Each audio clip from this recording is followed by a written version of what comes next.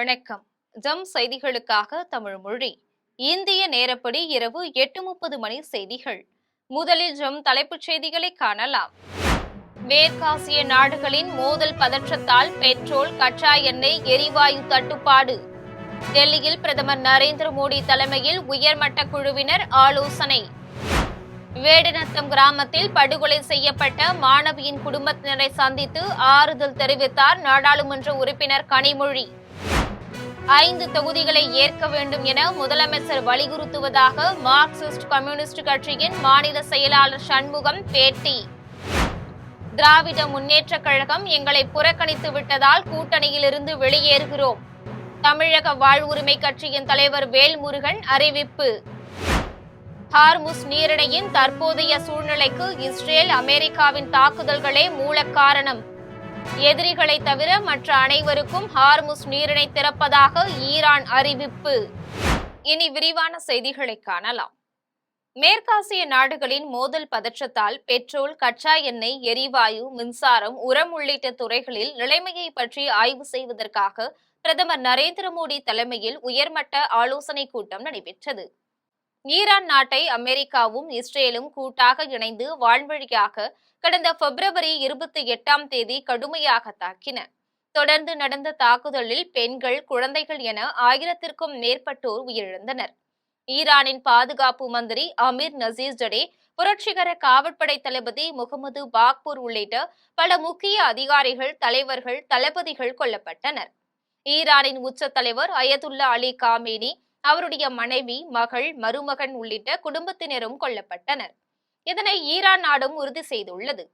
இதனால் மேற்காசிய பகுதியில் கடும் பதற்ற நிலை காணப்படுகின்றது. இதனைத் தொடர்ந்து ஈரான் நடத்தி வரும் பதிலடி தாக்குதல்களால் இஸ்ரேல், அமெரிக்கா மற்றும் அவற்றின் படைத்தளங்கள் அமைந்த வளைகுடா நாடுகள் பாதிக்கப்பட்டுள்ளன. இதனால் வான், கடல்வழி போக்குவரத்து கடுமையாக பாதிக்கப்பட்டுள்ளது. பல்வேறு நாடுகளிலும் எரிபொருள் பற்றாக்குறை, விலைவாசி உயர்வு உள்ளிட்ட சிக்கல்கள் எழுந்துள்ளன. இந்த சூழலில் டெல்லியில் பிரதமர் நரேந்திர மோடி, மத்திய அமைச்சர்கள் அமித்ஷா, ராஜ்நாத் சிங், ஜே.பி. நட்டா, சிவராஜ் சிங் சவுகான் உள்ளிட்டோர் தலைமையில் உயர்மட்ட ஆலோசனைக் கூட்டம் நடைபெற்று வருகிறது. பெட்ரோல், கச்சா எண்ணெய், எரிவாயு, மின்சாரம் மற்றும் உரம் உள்ளிட்ட துறைகளில் நிலைமையை பற்றி ஆய்வு செய்வதற்காக இந்த கூட்டம் நடைபெற்றதாக தெரிய வருகின்றது. வேடநத்தம் கிராமத்தில் படுகொலை செய்யப்பட்ட மாணவியின் குடும்பத்தினரை நாடாளுமன்ற உறுப்பினர் கனிமொழி, அமைச்சர் கீதா ஜீவன் ஆகியோர் நேரில் சந்தித்து ஆறுதல் தெரிவித்ததுடன் அவர்களுக்கு தேவையான அனைத்து உதவிகளும் செய்யப்படும் என உறுதியளித்தனர்.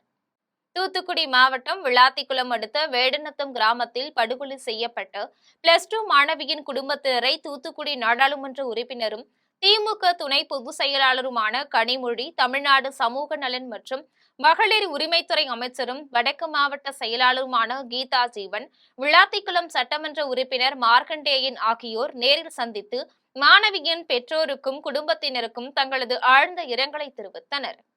இந்த சம்பவம் குறித்து விரிவாக கேட்டறிந்த அவர்கள் குடும்பத்தினருக்கு தேவையான அனைத்து உதவிகளும் செய்யப்படும் என உறுதியளித்தனர். இந்த சந்திப்பின் போது ஒட்டப்பிடாரம் கிழக்கு ஒன்றிய செயலாளர் காசி விஸ்வநாதன், தேர்தல் பார்வையாளர் சோலையப்பன், வடக்கு மாவட்ட இளைஞரணி துணை அமைப்பாளர் ராதாகிருஷ்ணன், எப்போதும் வென்றான் சோலைசாமி, திருக்கோவில் அறங்காவலர் குழு தலைவர் முத்துக்குமார் மற்றும் மாவட்ட பிரதிநிதிகள் சத்யராஜன், வெள்ளச்சாமி உள்ளிட்ட பலர் உடனிருந்தனர். 2026 சட்டமன்ற தேர்தலில் 5 தொகுதிகளை ஏற்க வேண்டும் என முதலமைச்சர் மு.க.ஸ்டாலின் வலியுறுத்துவதாக மார்க்சிஸ்ட் கம்யூனிஸ்ட் கட்சியின் மாநில செயலாளர் சண்முகம் தெரிவித்துள்ளார். திமுக கூட்டணியில் மார்க்சிஸ்ட் கம்யூனிஸ்ட் கட்சிக்கான தொகுதி பங்கீடு இன்று முடிவாகவில்லை. முதலமைச்சர் மு.க.ஸ்டாலினை சந்தித்து பேச்சுவார்த்தை குழு இன்று பேச்சுவார்த்தை நடத்திய நிலையில் இன்னும் இழுபறி நீடிக்கின்றது. 2021ஆம் ஆண்டு சட்டமன்ற தேர்தலில் திமுக கூட்டணியில் மார்க்சிஸ்ட் கம்யூனிஸ்ட் கட்சி 6 இடங்களில் போட்டியிட்டு 2 இடங்களில் வென்றது. 2026 தேர்தலில் கூடுதல் இடங்களில் போட்டியிட அக்கட்சியினர் விரும்பிய நிலையில் திமுக கூட்டணியில் தேமுதிக, மக்கள் நீதி மய்யம் உள்ளிட்ட பல்வேறு கட்சிகளும் இணைந்துள்ளதால் தொகுதிகளை குறைத்துக் கொள்ள திமுக குழு கோரியுள்ளது. இதன் காரணமாக இதுவரை உடன்பாடு ஏற்படவில்லை. இந்நிலையில் மார்க்சிஸ்ட் கம்யூனிஸ்ட் கட்சியின் மாநில செயலாளர் சண்முகம் செய்தியாளர்களை சந்தித்து பேசினார். அப்போது 5 தொகுதிகளை ஏற்க வேண்டும் என முதலமைச்சர் மு.க.ஸ்டாலின் வலியுறுத்துவதாக தெரிவித்தார். திராவிட முன்னேற்றக் கழகம் எங்களை புறக்கணித்து விட்டதால் கூட்டணியிலிருந்து வெளியேறுவதாக தமிழக வாழ்வுரிமை கட்சியின் தலைவர் வேல்முருகன் அறிவித்துள்ளார். திமுக தேர்தல் கூட்டணி பங்கீடு தொடர்பான பேச்சுவார்த்தை நடைபெற்று வருகிறது. இதுவரை திமுக கூட்டணியில் காங்கிரஸ் கட்சிக்கு 28 இடங்களும், இந்திய கம்யூனிஸ்ட் கட்சிக்கு 5 இடங்களும், இந்திய யூனியன் முஸ்லீம் லீக், மனிதநேய மக்கள் கட்சி மற்றும் கொங்கு நாடு மக்கள் தேசிய கட்சி ஆகியவற்றிற்கு தலா 2 இடங்களும், மதிமுகவிற்கு 4 இடங்களும் ஒதுக்கப்பட்டுள்ளன. இந்நிலையில் திமுக கூட்டணியில் உள்ள தமிழக வாழ்வுரிமை கட்சியுடன் தொகுதி பங்கீடு தொடர்பாக முதற்கட்ட பேச்சுவார்த்தை நடைபெற்றது. அப்போது கூடுதல் தொகுதிகளை ஒதுக்க வேண்டும் என கட்சியின் தலைவர் வேல்முருகன் வலியுறுத்தி வந்துள்ளார். இதனை ஏற்காத நிலையில் திராவிட முன்னேற்றக் கழகம் எங்களை புறக்கணித்து விட்டதால் கூட்டணியிலிருந்து வெளியேறுவதாக தமிழக வாழ்வுரிமை கட்சியின் தலைவர் வேல்முருகன் அறிவித்துள்ளார். ஹார்முஸ் நீரிணையின் தற்போதைய சூழ்நிலைக்கு இஸ்ரேல், அமெரிக்காவின் தாக்குதல்களே மூல காரணம் என்பதால் எதிரிகளை தவிர மற்ற அனைவருக்கும் ஹார்முஸ் நீரிணை திறப்பதாக ஈரான் அறிவித்துள்ளது. ஈரான் மீது அமெரிக்கா, இஸ்ரேல் ஆகிய நாடுகள் தாக்குதல் நடத்தி வருகின்றன. இந்த தாக்குதலில் ஈரான் உச்ச தலைவர் அயத்துல்லா அலி காமேனி கொல்லப்பட்டார். இதற்கு பதிலடியாக அரபு நாடுகளில் உள்ள அமெரிக்காவின் ராணுவ நிலைகள் மீது ஈரான் பதில் தாக்குதல் நடத்தி வருகிறது. சுமார் 3 வாரங்களுக்கு மேல் நீடித்து வரும் இந்த போரில் ஈரான் முற்றிலும் சீரழிந்து விட்டதாக அமெரிக்க அதிபர் டொனால்ட் ட்ரம்ப் தெரிவித்துள்ளார். குறிப்பாக ஈரானின் கடற்படை, விமானப்படை அனைத்தும் நிர்மூலமாக்கப்பட்டுள்ளதாக அமெரிக்கா அறிவித்துள்ளது. ஆனாலும் ஈரான் தொடர்ந்து ஏவுகணை தாக்குதல்களை நடத்தி வருகிறது. இதில் ஜெருசலேம், டெல் அவீவ் நகரங்கள் பெரும் சேதத்தை சந்தித்து வருகின்றன. இதற்கிடையில் ஹார்முஸ் நீரிணையை ஈரான் மூடியதால் அந்த வழியாக எண்ணெய் சரக்கு கப்பல்களில் போக்குவரத்து தடைபட்டுள்ளது. இதனால் சர்வதேச சந்தையில் கச்சா எண்ணெய் விலை உயர்ந்தது. இந்தியா உட்பட பல்வேறு நாடுகளில் எரிவாயு தட்டுப்பாடு ஏற்பட்டு பொருளாதாரத்தில் கடும் பாதிப்புகளை ஏற்படுத்தி வருகிறது. இந்த சூழலில் அமெரிக்க அதிபர் டொனால்ட் ட்ரம்ப் ஈரான் எந்தவித அச்சுறுத்தலையும் ஏற்படுத்தாமல் ஹார்முஸ் நீரிணையை 48 மணி நேரத்திற்குள் முழுமையாக திறக்க வேண்டும் என்றும், இல்லையெனில் ஈரானின் பல மின் நிலையங்கள் அமெரிக்கா தாக்கி முற்றிலும் அழித்துவிடும் என்றும், மிகப்பெரிய மின் நிலையத்திலிருந்து தாக்குதல் தொடங்கப்படும் என்றும் எச்சரிக்கை விடுத்தார். இந்த நிலையில் தங்கள் எதிரிகளை தவிர மற்ற அனைவருக்கும் ஹார்முஸ் நீரிணை திறக்கப்பட்டுள்ளதாக ஈரான் தெரிவித்துள்ளது. சென்னை அசோக் நகரில் உள்ள விடுதலை சிறுத்தைகள் கட்சியின் தலைமை அலுவலகத்தில் கட்சியின் பொறுப்பாளர்கள், தொண்டர்கள் தேர்தலில் போட்டியிடுவதற்காக அளித்து வரும் மனுக்களை 2வது நாளாக கட்சியின் தலைவர் தொல் திருமாவளவன் பெற்று வருகிறார். சென்னை அசோக் நகரில் உள்ள விடுதலை சிறுத்தைகள் கட்சியின் தலைமை அலுவலகத்தில் 2026ஆம் ஆண்டிற்கான தமிழக சட்டமன்ற பொதுத் தேர்தலில் போட்டியிடுவதற்காக கட்சியின் நிர்வாகிகள் மற்றும் தொண்டர்கள் அளிக்கும் விருப்ப மனுக்களை விடுதலை சிறுத்தைகள் கட்சியின் தலைவர் தொல் திருமாவளவன் பெற்று வருகிறார். அதன்படி நேற்று சென்னை, திருவள்ளூர், செங்கல்பட்டு, காஞ்சிபுரம், வேலூர், ராணிப்பேட்டை, திருப்பத்தூர், திருவண்ணாமலை, கிருஷ்ணகிரி உள்ளிட்ட 9 மாவட்டங்களை சேர்ந்த 460 நபர்களிடமிருந்து தேர்தலில் போட்டியிடுவதற்கான விருப்ப மனுக்களை தொல் திருமாவளவன் பெற்றார். இதையடுத்து 2வது நாளாக இன்று கடலூர், விழுப்புரம், கள்ளக்குறிச்சி, தருமபுரி, சேலம், அரியலூர், பெரம்பலூர், மயிலாடுதுறை, நாமக்கல் ஆகிய 9 மாவட்டங்களிலிருந்து 1000த்திற்கும் மேற்பட்ட விடுதலை சிறுத்தைகள் கட்சியின் தொண்டர்கள், பொறுப்பாளர்கள் வருகை புரிந்து தங்களது தேர்தல் விருப்ப மனுவை கட்சியின் தலைவர் தொல் திருமாவளவனிடம் வழங்கினர். இதனிடையே கள்ளக்குறிச்சி மாவட்ட நிர்வாகி திராவிடமணி என்பவர் தேர்தலில் போட்டியிடுவதற்காக சென்னை அசோக் நகரில் உள்ள விடுதலை சிறுத்தைகள் கட்சியின் தலைவர் தொல் திருமாவளவன் தாயாரின் இல்லத்தில் ஆசி பெற்று அங்கிருந்து கட்சி தலைமை அலுவலகம் வரை மேளதாளங்களுடன் ஊர்வலமாக வந்து நூதன முறையில் கட்சியின் தலைவர் தொல் திருமாவளவனின் விருப்ப மனு அளித்தார். இதேபோன்று திருமாந்துறை கிராமத்தை சேர்ந்த இளையராஜா தேர்தலில் போட்டியிட விருப்ப மனு அளித்தார். காட்டுமன்னார் கோவில் அருகே ரம்ஜான் பண்டிகையை முன்னிட்டு காங்கிரஸ் கட்சி சார்பில் முதியோர் இல்லத்திற்கு அன்னதானம் வழங்கப்பட்டது. கடலூர் மாவட்டம் காட்டுமன்னார் கோவில் அடுத்த எள்ளேரி கிராமத்தில் செயல்படும் ஆனந்தம் முதியோர் இல்லத்தில் ரமலான் பண்டிகையை முன்னிட்டு கடலூர் தெற்கு மாவட்ட காங்கிரஸ் கட்சி சார்பில் அன்னதானம் வழங்கும் நிகழ்ச்சி நடைபெற்றது. நிகழ்ச்சிக்கு வட்டார தலைவர்கள் பகவத்சிங், திருவரசமூர்த்தி ஆகியோர் முன்னிலை வகித்தனர். நிகழ்ச்சிக்கு காங்கிரஸ் கட்சியின் தெற்கு மாவட்ட தலைவர் PPK சித்தார்த்தன் தலைமை தாங்கி அன்னதானத்தை துவக்கி வைத்தார். நிகழ்ச்சியில் பங்கேற்ற மாவட்ட மூத்த துணைத் தலைவர் நஜீர் அகமது மதிய உணவினை வழங்கினார். நிகழ்ச்சியில் நிர்வாகிகள் எல்இபி ஜோதிமணி, விவசாய சங்க தலைவர் இளங்கீரன், மாவட்ட நிர்வாகிகள் செல்வம், செல்லத்துறை, சுந்தரமூர்த்தி, நெல்சன், சிவசக்தி ராஜா, நத்தமலை கண்ணதாசன், இளைஞரணி ராகுல், கலிகமூர்த்தி, சம்பந்தம் உட்பட பலர் கலந்து கொண்டனர். வரும் சட்டமன்ற தேர்தலில் 100% வாக்களிக்க வேண்டும் என வலியுறுத்தி தஞ்சாவூரில் சைக்கிள் விழிப்புணர்வு பேரணி நடைபெற்றது. 2026 ஏப்ரல் மாதம் 23ஆம் தேதி நடைபெறவுள்ள சட்டமன்ற தேர்தலில் வாக்காளர்கள் அனைவரும் 100% வாக்களிக்க வேண்டும் என வலியுறுத்தி தஞ்சாவூர் அன்னை சத்யா விளையாட்டு மைதானத்தில் சைக்கிள் விழிப்புணர்வு பேரணி நடைபெற்றது. பேரணியை மாவட்ட வருவாய் கோட்டாட்சியர் நித்யா, தனி துணை ஆட்சியர் சௌமியா, துணை காவல் கண்காணிப்பாளர் சோமசுந்தரம் ஆகியோர் கொடியசைத்து துவக்கி வைத்தனர்.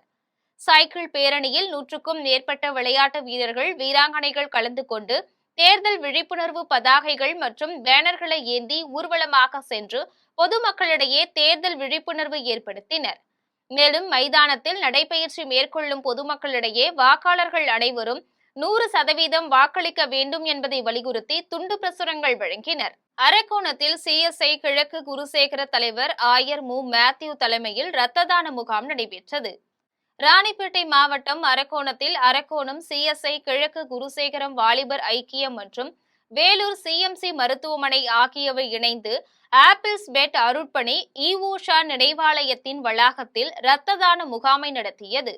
முகாமிற்கு குருசேகர தலைவர் ஆயர் மு. மேத்யூ தலைமை தாங்கினார். முகாமை மத்திய வட்டார தலைவர் ஜான் சாலமோன் துவக்கி வைத்தார்.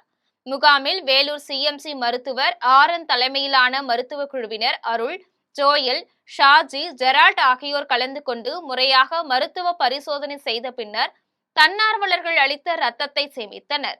முகாமில் மனோகரன், சேகர், ரிச்சர்ட்சன், சாந்தி, ரயில் பயணிகள் சங்கத்தின் செந்தில்குமார், குருசேகர குழு உறுப்பினர்கள், திருச்சபை ஊழியர்கள், மூப்பர்கள், ஐக்கிய சங்க பொறுப்பாளர், திருப்பணி பொறுப்பாளர்கள், இறைமக்கள் என ஏராளமானவர்கள் கலந்து கொண்டு இரத்த தானம் செய்தனர். முகாமில் பெண்களும் ஆர்வமுடன் இரத்த தானம் செய்தனர். சென்னை மதுரவாயலில் 153வது வட்டத்திற்கு உட்பட்ட மின்சார அலுவலகம் அருகில் அதிமுக சார்பில் நடைபெற்ற தெருமுனை பிரச்சார கூட்டத்தில் முன்னாள் அமைச்சர் பெஞ்சமின் கலந்து கொண்டு சிறப்புரையாற்றினார்.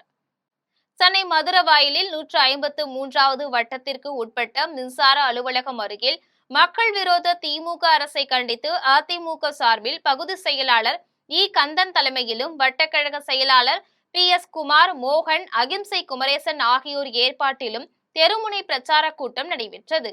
கூட்டத்தில் திருவள்ளூர் மத்திய மாவட்ட கழக செயலாளரும் முன்னாள் அமைச்சருமான பெஞ்சமின் கலந்து கொண்டு மக்கள் விரோத திமுக அரசை கண்டித்தும் அதிமுகவின் சாதனைகள் குறித்தும் சிறப்புரையாற்றினர். கூட்டத்தில் மாவட்ட துணை செயலாளர் ஜனார்த்தனம், முன்னாள் சட்டமன்ற உறுப்பினரும் பூந்தமல்லி ஒன்றியம் மேற்கு செயலாளருமான மணிமாறன், பூந்தமல்லி நகர செயலாளர் KS ரவிச்சந்திரன், அம்மா பேரவை மாவட்ட செயலாளர் வைத்தியநாதன், அவைத் தலைவர்கள் மோகன், மஞ்சுநாதன், பிரஸ்குமார், முகமது அலி, விநாயகம், சுரேஷ், ஜான்சன், ஜானகிராமன், தினேஷ்குமார், காளப்பன், சரண்ராஜ், ரயில்வே விஸ்வநாதன் உட்பட கழக நிர்வாகிகள் பலர் கலந்து கொண்டனர். சேலம் மாவட்டம் ஏற்காட்டில் தொடர் விடுமுறையை தொடர்ந்து இன்று ஞாயிற்றுக்கிழமை என்பதால் ஏராளமான சுற்றுலா பயணிகள் குவிந்துள்ளனர். தமிழகத்தில் பல்வேறு மாவட்டங்களில் வெயிலின் தாக்கம் அதிகரித்து காணப்படுகின்றது. இந்நிலையில் சேலம் மாவட்டம் ஏற்காட்டில் கடந்த சில தினங்களாக நல்ல மழை பெய்ததால் சீதோஷண நிலை குளுமையாக மாறியுள்ளது. இந்த இதமான சூழலை அனுபவிக்க தமிழகம் மட்டுமின்றி அண்டை மாநிலங்களான கேரளா, கர்நாடகா போன்ற மாநிலங்களை சேர்ந்த ஏராளமான சுற்றுலா பயணிகள் கடந்த 3 தினங்களாக ஏற்காட்டில் குவிந்துள்ளனர். குறிப்பாக இன்று ஞாயிற்றுக்கிழமை என்பதால் சுற்றுலா பயணிகளின் வருகை மேலும் அதிகரித்துள்ளது. சுற்றுலா பயணிகள் ஏற்காட்டில் உள்ள முக்கிய சுற்றுலா இடங்களிலும் பூங்காவிலும் பொழுதை கழித்து வருகின்றனர். மேலும் படகு இல்லத்தில் குவிந்துள்ள சுற்றுலா பயணிகள் நீண்ட வரிசையில் காத்திருந்து படகு பயணச்சீட்டு பெற்று இயற்கை காட்சிகளை ரசித்தவாறு படகு பயணம் செய்தனர். ஏற்காட்டில் சுற்றுலா பயணிகளின் வருகை அதிகரித்துள்ளதால் ஆங்காங்கே போக்குவரத்து நெரிசல் ஏற்பட்டுள்ளது.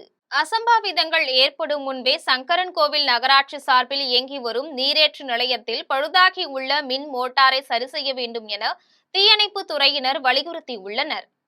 தென்காசி மாவட்டம் சங்கரன்கோவில் தீயணைப்பு மற்றும் மீட்பு பணிகள் துறையினருக்கு 12,000 லிட்டர் கொள்ளளவு கொண்ட நவீன தொழில்நுட்பத்துடன் புதிய வாகனம் வழங்கப்பட்டுள்ளது. இந்நிலையில் தீ விபத்து ஏற்படும் காலங்களில் தீ அணைப்பதற்காக தீயணைப்பு வாகனத்திற்கு சங்கரன்கோவில் ராஜபாளையம் சாலையில் நகராட்சி நிர்வாகத்தின் கீழ் இயங்கி வரும் நீரேற்று நிலையத்தில் தண்ணீர் நிரப்புவது வழக்கம். இந்நிலையில் தீயணைப்புத்துறை வாகனத்திற்கு தண்ணீர் நிரப்பும் பகுதியில் மின் மோட்டார் சரியில்லாததால் நவீன தீயணைப்பு வாகனத்தில் 12,000 லிட்டர் தண்ணீரை நிரப்புவதற்கு 1 மணி நேரத்திற்கும் மேலாகிறது என்றும், காலதாமதம் ஏற்படுவதால் அவசர காலத்தில் தீ விபத்தை தடுக்க முடியாத சூழ்நிலை உருவாகும் என்றும், அசம்பாவிதங்கள் ஏற்படும் முன்பே நகராட்சி சார்பில் இயங்கி வரும் நீரேற்று நிலையத்தில் பழுதாகியுள்ள மின் மோட்டாரை சரி செய்ய வேண்டும் என்றும் தீயணைப்பு துறையினர் வலியுறுத்தியுள்ளனர். கடலூரில் 100% வாக்குப்பதிவு செய்ய வேண்டும் என்பதை வலியுறுத்தி ஒரு விரல் புரட்சியாக பெண்கள் நின்று பொதுமக்களிடையே விழிப்புணர்வு ஏற்படுத்தினர். கடந்த மார்ச் 15ஆம் தேதி தமிழகம் உள்ளிட்ட 5 மாநிலங்களுக்கு இந்திய தேர்தல் ஆணையம் தேர்தல் தேதியை அறிவித்த நிலையில் 2026ஆம் ஆண்டிற்கான சட்டமன்ற பொது தேர்தலை முன்னிட்டு பொதுமக்கள் 100% வாக்களிக்க வேண்டும் என வலியுறுத்தி கடலூர் வெள்ளி கடற்கரையில் விழிப்புணர்வு நிகழ்ச்சி நடைபெற்றது. நிகழ்ச்சியில் ஒருங்கிணைந்த குழந்தைகள் வளர்ச்சி திட்ட பணியாளர்கள் மற்றும் மகளிர் சுய உதவி குழுவினர் இணைந்து வாக்களித்த பின் விரலை காட்டும் வடிவத்தில் நின்று பொதுமக்களிடையே விழிப்புணர்வு ஏற்படுத்தினர். நிகழ்ச்சியில் மாவட்ட ஆட்சியர் சிபி ஆதித்யா செந்தில்குமார் மற்றும் தேர்தல் அலுவலர், அதிகாரிகள் உட்பட பலர் கலந்து கொண்டனர். மதுரையில் நாடார் மகாஜன சங்கத்தின் சார்பில் நடைபெற்ற கருத்தரங்கில் நாடார் சமுதாய மக்கள் சந்திக்கும் சிக்கல்களுக்கு உரிய தீர்வு காணப்பட வேண்டும் என்பன உள்ளிட்ட 20 தீர்மானங்கள் நிறைவேற்றப்பட்டது. மதுரையில் நாடார் மகாஜன சங்கத்தின் சார்பில் அரசியல் உரிமை கருத்தரங்கம் நடைபெற்றது. கருத்தரங்க நிகழ்ச்சியை நாடார் மகளிர் அமைப்பினர் குத்துவிளக்கேற்றி வைத்து தொடங்கி வைத்தனர். தமிழ்தாய் வாழ்த்துக்களுடன் தொடங்கிய கருத்தரங்கிற்கு நாடார் மகாஜன சங்கத்தின் தலைவர் கரிகோல் ராஜ் தலைமையேற்று கருத்தரங்கில் பங்கேற்றவர்களை வரவேற்று சிறப்புரையாற்றினார். கருத்தரங்கில் நாடார் சமுதாய மக்கள் சந்திக்கும் சிக்கல்களுக்கு உரிய தீர்வு காணப்பட வேண்டும் என்பன உள்ளிட்ட 20 தீர்மானங்கள் நிறைவேற்றப்பட்டது. கருத்தரங்கில் நாடார் மகாஜன சங்கத்தின் நிர்வாகிகள், மண்டல தலைவர்கள், செயலாளர்கள் உட்பட பலர் கலந்து கொண்டனர். குறிப்பாக பார்த்தீங்கன்னா பாளையங்கோட்டையில், திருநெல்வேலி பாளையங்கோட்டையில் கிறிஸ்தவ நாடாரும் இந்து நாடாரும் 50,000 பேர் இருக்கிறோம். அது தொடர்ந்து எங்கள் சமுதாயத்திற்கு இல்லாமல் இன்னொரு சமுதாயத்திற்கு அந்த சீட்டுகளை தந்து கொண்டிருக்கிறார்கள். இதை நீங்கள் மாற்ற வேண்டும் என்பது எங்களுடைய நாடார் மகாஜன சங்கத்தில் வந்திருந்த அத்தனை சங்கங்களுடைய கோரிக்கையாக வைத்திருக்கிறோம். இது இன்றைக்கு இருக்கின்ற அரசியல் களத்தில் இந்த சமுதாயத்தினுடைய தீர்மானமாக இன்றைக்கு நிறைவேற்றியிருக்கிறோம். அதற்கு அடுத்தாற்போல் தொடர்ந்து பல பணிகளை நாங்கள் உங்களிடம் கொடுத்திருக்கிறோம். இந்த பத்திரப்பதிவு அலுவலகங்களில் எங்களுக்கு தனிமையான ஒரு பெரிய பாதிப்பு. ஏன்னால் நாங்கள் ஒரு 300 பள்ளிக்கூடம் நடத்துகிறோம்.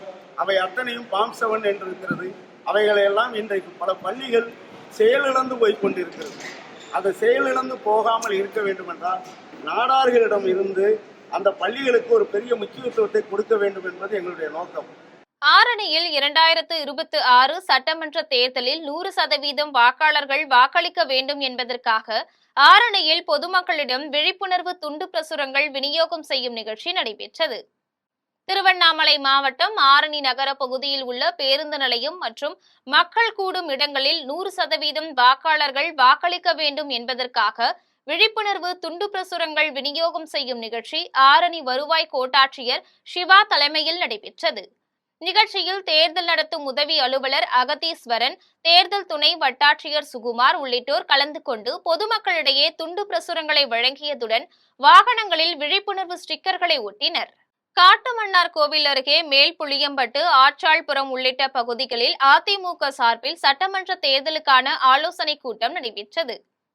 கடலூர் மாவட்டம் காட்டுமன்னார் கோவில் அடுத்த மேல்புளியம்பட்டு, ஆற்றாள்புரம் உள்ளிட்ட கிராமங்களில் அதிமுக சார்பில் தேர்தல் ஆலோசனைக் கூட்டம் நடைபெற்றது. ஒன்றிய செயலாளர் வாசு முருகையன், கிளைக்கழக செயலாளர் கண்ணையன், பாண்டியன், ஜெயக்குமார் ஆகியோர் ஏற்பாட்டில் நடைபெற்ற ஆலோசனைக் கூட்டத்தில் கடலூர் கிழக்கு மாவட்ட அதிமுக செயலாளரும் சிதம்பரம் சட்டமன்ற உறுப்பினருமான கே.ஏ. பாண்டியன், அதிமுக அமைப்பு செயலாளரும் முன்னாள் சட்டமன்ற உறுப்பினருமான என். முருகுமாறன் ஆகியோர் கலந்து கொண்டு கட்சியினருக்கு சட்டமன்ற தேர்தலுக்கான ஆலோசனைகளை வழங்கினர். கூட்டத்தில் மாவட்ட விவசாய பிரிவு செயலாளர் குணசேகரன், மாவட்ட துணை செயலாளர் செல்வம், பொதுக்குழு உறுப்பினர் கருணா, தகவல் தொழில்நுட்ப அணி மாவட்ட செயலாளர் எள்ளேரி பிரபு, அம்மா பேரவை செயலாளர் ரமேஷ், இளைஞர் மற்றும் இளம்பெண்கள் பாசறை ஒன்றிய செயலாளர் கிருபா சங்கர், மாவட்ட அம்மா பேரவை துணை செயலாளர் இளந்தமிழன், மாணவரணி செயலாளர் ராஜசேகர், தகவல் தொழில்நுட்ப பிரிவின் ஸ்ரீராம் உட்பட அதிமுக நிர்வாகிகள் பலர் கலந்து கொண்டனர். வேலூர் மாவட்ட நாட்டுப்புற கலைஞர்கள் முன்னேற்ற நல சங்கத்தின் 16ஆம் ஆண்டு மாவட்ட மாநாடு குடியாத்தத்தில் நடைபெற்றது. வேலூர் மாவட்ட நாட்டுப்புற கலைஞர்கள் முன்னேற்ற நல சங்கத்தின் 16ஆம் ஆண்டு மாவட்ட மாநாடு குடியாத்தம் காட்பாடி சாலையில் உள்ள ஸ்ரீ ராஜகோபால் ஆஸ்திக சமாஜத்தில் நடைபெற்றது. மாவட்ட தலைவர் சொக்கலிங்கம் தலைமையில் நடைபெற்ற மாநாட்டில் ஆந்திர மாநிலம் சித்தூர், வேலூர், ராணிப்பேட்டை, திருப்பத்தூர், திருவண்ணாமலை உள்ளிட்ட பகுதிகளைச் சேர்ந்த நாட்டுப்புற கலைஞர்கள் 500க்கும் மேற்பட்டோர் பங்கேற்றனர். மாநாட்டில் நாதஸ்வரம், தவில், பம்பை, சிலம்பாட்டம் உள்ளிட்ட கலை நிகழ்ச்சிகள் நடைபெற்றது. மாநாட்டில் சிறந்த கலைஞர்களுக்கு முத்தமிழ் விருது வழங்கப்பட்டது. இதில் மாவட்ட பொதுச் செயலாளர் ஹரிகிருஷ்ணன், மாவட்ட பொருளாளர் மேகநாதன் உள்ளிட்ட பலர் கலந்து கொண்டனர். சென்னை ஆதம்பாக்கத்தில் மகாலட்சுமி நகரில் உடற்பயிற்சி கூடத்தின் திறப்பு விழாவில் அமைச்சர் தாமோ அன்பரசன் கலந்து கொண்டு ஜிம்மை திறந்து வைத்தார். சென்னை ஆதம்பாக்கத்தில் மகாலட்சுமி நகரில் 1வது பிரதான சாலையில் யுனைடெட் ஃபிட்னஸ் என்கிற உடற்பயிற்சி கூடத்தின் திறப்பு விழா நடைபெற்றது. விழாவில் சிறு குறு தொழில் நிறுவனங்கள் துறை அமைச்சர் தாமோ அன்பரசன் பங்கேற்று யுனைடெட் ஃபிட்னஸ் ஜிம்மை திறந்து வைத்தார்.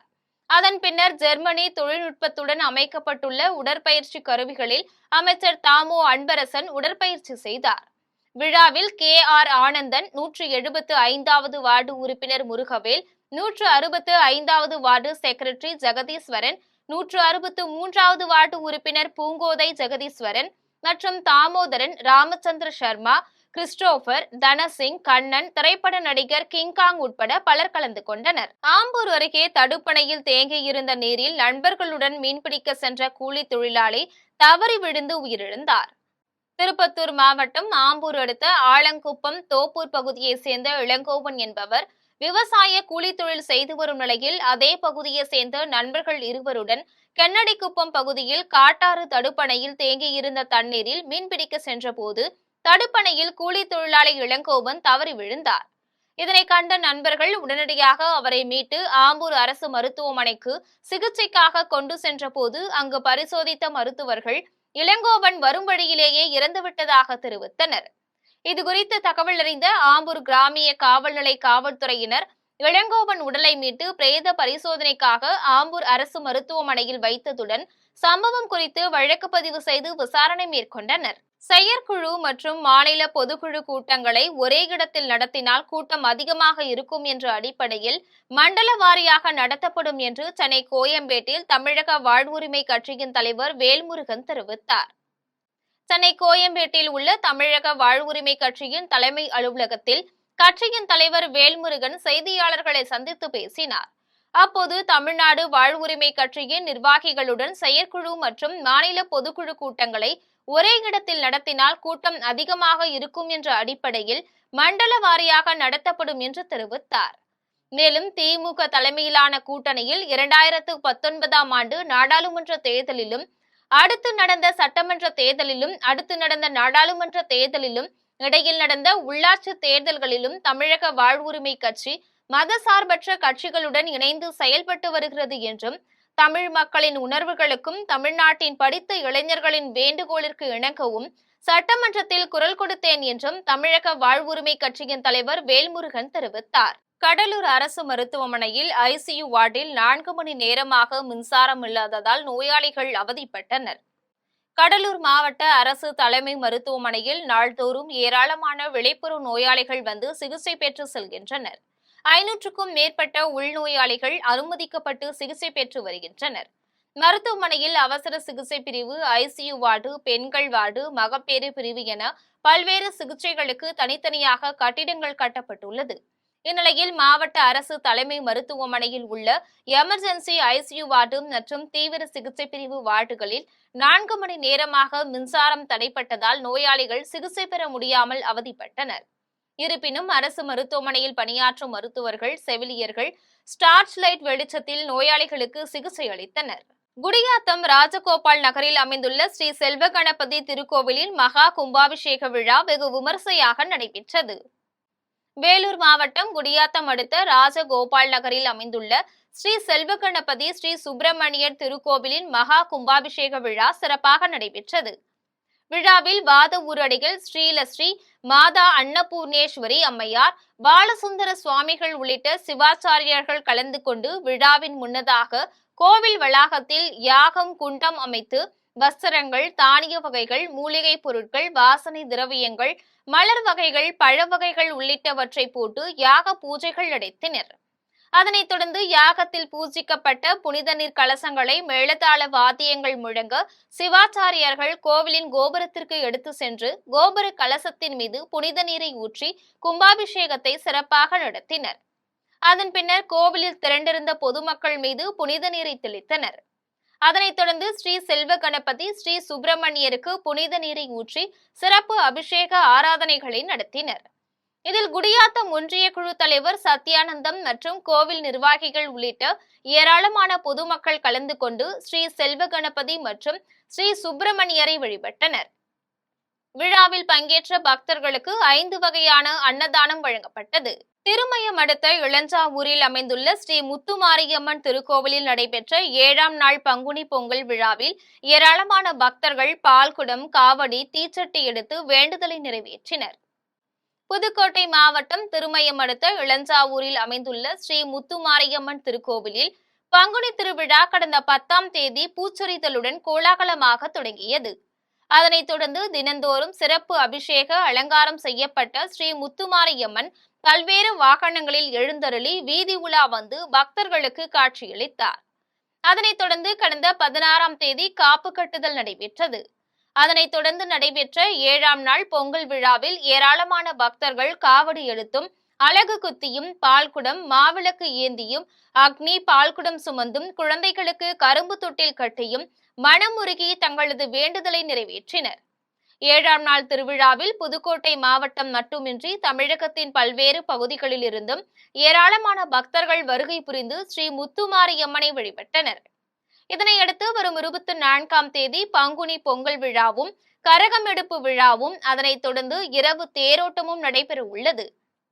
விழாவில் திருமயம் காவல்துறையினர் ஆங்காங்கே கண்காணிப்பு கேமராக்களை வைத்து பாதுகாப்பு பணியில் ஈடுபட்டனர். காஞ்சிபுரத்தில் அமைந்துள்ள ஏகாம்பரநாதர் கோவிலில் 2 ஆண்டுகளுக்கு பின்னர் பங்குனி உத்தர திருக்கல்யாண பிரம்மோற்சவம் இன்று தொடங்கியது. கோவில் நகரமான காஞ்சிபுரத்தில் பஞ்சபூத ஸ்தலங்களில் மண் ஸ்தலமாக விளங்கும் காஞ்சி ஸ்ரீ ஏகாம்பரநாதர் திருக்கோவிலில் ஆண்டுதோறும் பங்குனி உத்தர திருக்கல்யாண பிரம்மோற்சவ விழா நடைபெறுவது வழக்கம். இந்நிலையில் 2 ஆண்டுகள் இடைவெளிக்கு பின்னர் இந்த ஆண்டு பங்குனி உத்தர திருக்கல்யாண பிரம்மோற்சவ விழா கோலாகலமாக தொடங்கியது.